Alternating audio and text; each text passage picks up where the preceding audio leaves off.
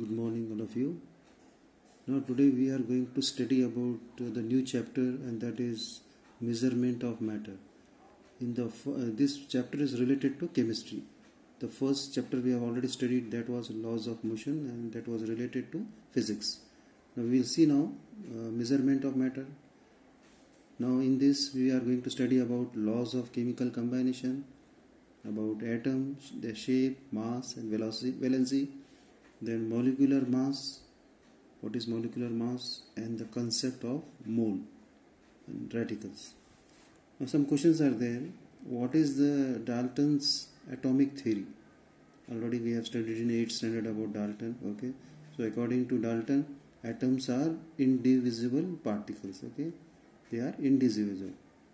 It cannot be broken further. Okay. Then how are the compounds formed? By the combination of the elements. Compounds are formed by the combination of different elements. Then what are the molecular formula of salt? Okay, we know that the symbols are used to indicate the molecular formula. So salt is nothing but sodium chloride, that is NaCl. Then slake lime, that is Ca in the bracket OH2. That is also called as calcium hydroxide. The other name, chemical name for slake lime is calcium hydroxide. Okay, or in the Hindi it is called chuna. Okay, caustic chuna. Then water, H2O.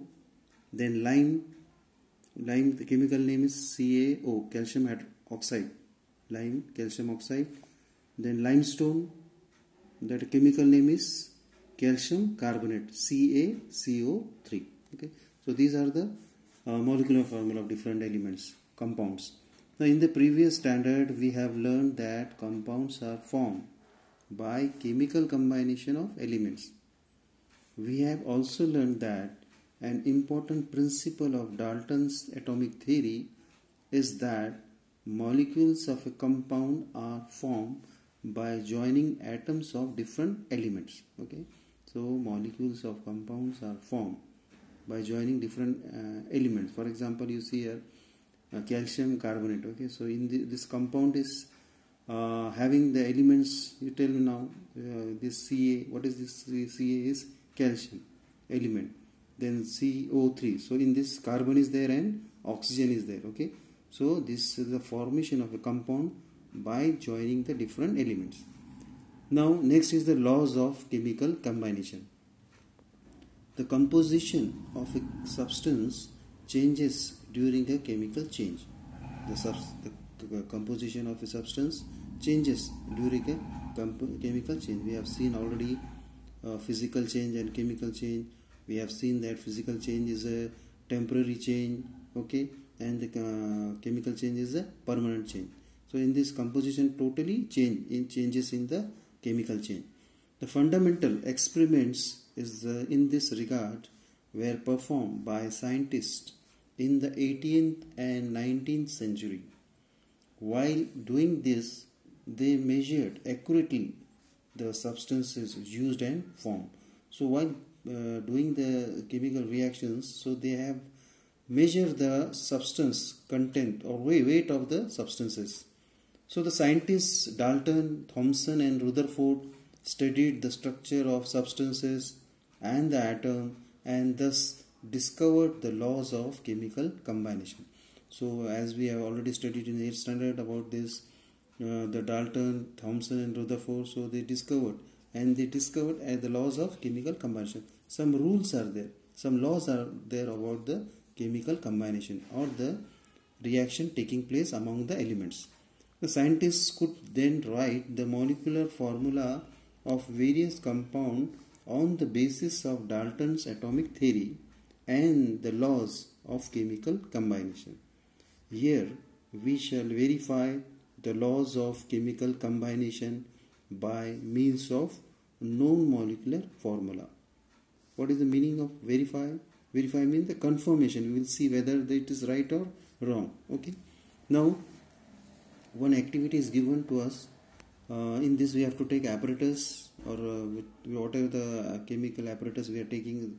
So in this conical flask is there, then test tubes are there, then balance to measure balance or weight to take the weight of the substance. Then chemicals we are using here: calcium chloride, CaCl2, then sodium sulfate, Na2SO4, then calcium oxide, then water. Okay. Now see here, two activities are given to you. First we will see the first activity. Activity 1. Take 56 gram of calcium oxide in a large conical flask and put 18 gram water in it. So what we are doing, we are taking 15 gram of calcium oxide, CaO, and 18 gram of water, H2O. Then measure the mass of the substance form. So what will happen, what we have taken this, okay, then measure the mass of this total. Then what similarity do you find? Write your inference. So generally you see here 56 plus 80 is, that is 74, okay, the gram. There is no change in weight.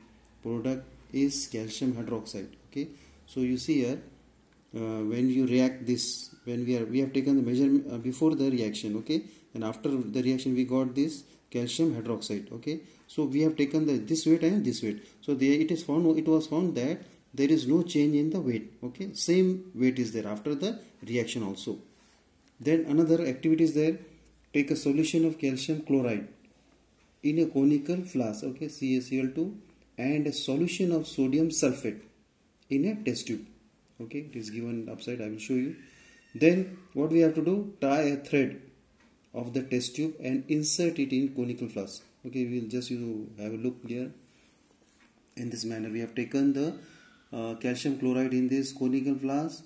Then what we have taken, we have in the test tube we have taken the sodium sulfate solution. Okay, now what we have to do, seal the conical flask with an airtight rubber cork. Okay, so we have sealed the